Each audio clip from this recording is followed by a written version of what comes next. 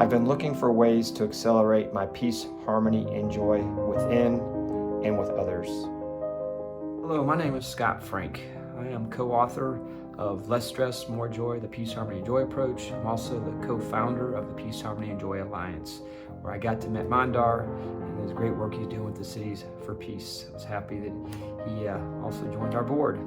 I was also very excited to find out about his workshop, Mindful Leadership.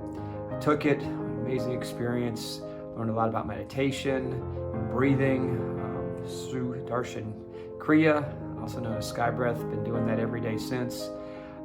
Lots of great leadership skills and techniques. I can tell you that I have been able to apply these in my management of my organization. It's definitely helped reduce my stress, and it's also helped me have more clarity in decision making. I strongly recommend everybody take this workshop, and encourage you to get involved with Cities for Peace. Wishing you all the best and much peace, harmony, and joy.